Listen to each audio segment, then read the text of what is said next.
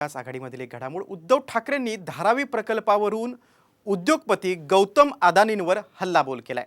तर ज्येष्ठ नेते शरद पवारांनी उद्योगपती गौतम अदानींचं कौतुक केलंय बारामतीमध्ये आणि या विरोधाभासामुळे मवियातच मतभेद असल्याची चर्चा रंगली आहे। पाहुयात अदानींच्या मुद्द्यावरून महाविकास आघाडीतील वादाचा हा रिपोर्ट।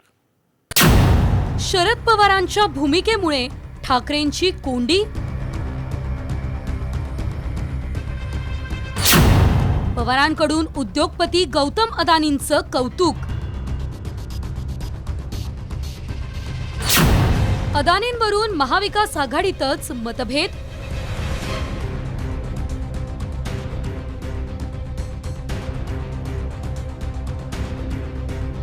शरद पवार यांनी उद्योगपती गौतम अदानी यांचं पुन्हा तोंड भरून कौतुक केलंय।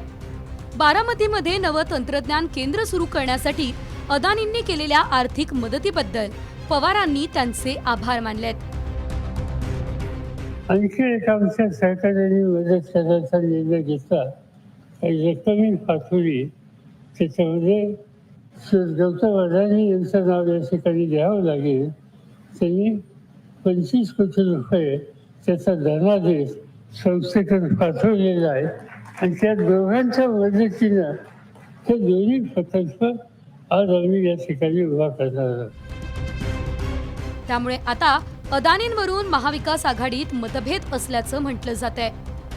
धारावी पुनर्विकास प्रकल्पावरून उद्धव ठाकरेंनी अदानींविरोधात जोरदार आघाडी उघडली आहे। शिवाय अदानींची बाजू घेण्यावरून ठाकरेंनी सरकारलाही चांगलंच धारेवर धरलं होतं। ज्यांनी ज्यांनी अदानीची सुपारी घेतलेली आहे त्या सुपारी बाजारात सांगतोय, दलालांना सांगतोय की हा अडकित्ता लक्षात घ्या, किती मोठा अडकित्ता आहे, खलबत्ता आहे, अडकित्ता आहे। असे चेचून ठेचून टाकू तुमची दलाली की पुन्हा तुम्ही अदानीचं नाव नाही घेणार। एकीकडे ठाकरे अदानींची सुपारी घेणाऱ्यांना ठेचून टाकण्याचा इशारा देत आहे, दुसरीकडे पवार अदानींनी दिलेल्या निधीवरून कौतुक करताय। त्यामुळे पवारांनी अदानींचं कौतुक करून ठाकरेंची चांगलीच कोंडी केली आहे। दरम्यान पवारांच्या वक्तव्यावर संजय राऊतांनी काय सारवासारव केली आहे पाहुयात। तो मोर्चा यासाठी काढलेला आहे की ज्या अटी शर्तींवर त्यांना तो प्रोजेक्ट दिलेला आहे तो काही मुंबईसाठी, मुंबईच्या भविष्यासाठी योग्य नाही, ही आमची भूमिका आहे। आता पवार साहेबांच्या संस्थेला त्याने देणगी दिली असेल त्याच्यामध्ये आम्हाला आक्षेप घ्यायचं काय कारण आहे? हां, गौतम अडाणींनी प्रधानमंत्री केअर फंडाला देणगी दिलेली आहे, इतर काही संस्थांना देणग्या दिलेल्या आहेत। मग सगळ्यांना प्रश्न विचारा तुम्ही। यापूर्वीही राहुल गांधींनी अदानींना निशाण्यावर घेतलं होतं, तेव्हाही शरद पवार यांनी गौतम अदानींचं खुलं समर्थन केलं होतं। गेल्या वर्षी अर्थसंकल्पीय अधिवेशनापूर्वी हिंडनबर्ग अहवाल प्रसिद्ध झाला होता। 24 जानेवारी 2023 रोजी प्रसिद्ध झालेल्या हिंडनबर्ग अहवालानुसार अदानी समूहानं आर्थिक गैरव्यवहार केल्याचा आरोप केला होता। हिंडनबर्ग अहवालानंतर अदानी समूहाचे शेअर कोसळले आणि गुंतवणूकदारांना मोठा फटका बसला। यावेळी राहुल गांधींनी संसदेत अदानींविरोधात जेपीसी चौकशीची मागणी केली होती। मात्र शरद पवार यांनी जेपीसी चौकशीचा काहीच फायदा होणार नाही असं मत व्यक्त केलं होतं। शरद पवार यांच्या याच भूमिकेमुळे महाविकास आघाडीत मतभेद असल्याची चर्चा रंगते। देवेंद्र फडणवीसांनी याच मुद्द्यावरून इंडिया आघाडीवर निशाणा साधलाय, तर सुप्रिया सुळेंनी आमच्यात मनभेद नसल्याचं स्पष्टीकरण दिलंय।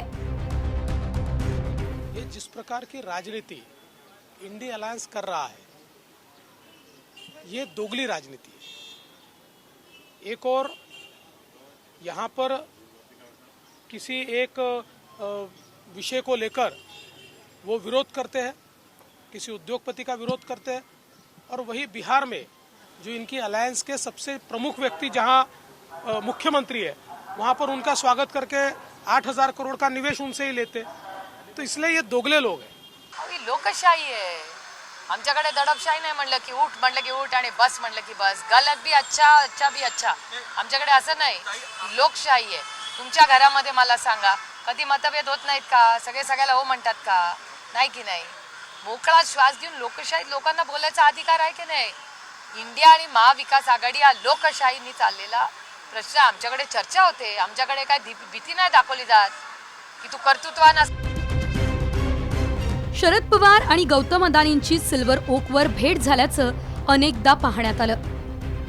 पवार आणि अदानींचं नातं राजकारणापलीकडे घट्ट असल्याची चर्चा अनेकदा रंगली आहे. त्यामुळे उद्धव ठाकरे आणि राहुल गांधींच्या विरोधाला पवार छेद देत असल्याचं म्हटलं जातंय. त्यामुळे अदानींवरून महाविकास आघाडी आणि इंडिया आघाडीत बिनसणार तर नाही ना, हे पाहणं महत्त्वाचं ठरणार आहे. ब्युरो रिपोर्ट, साम टीव्ही न्यूज.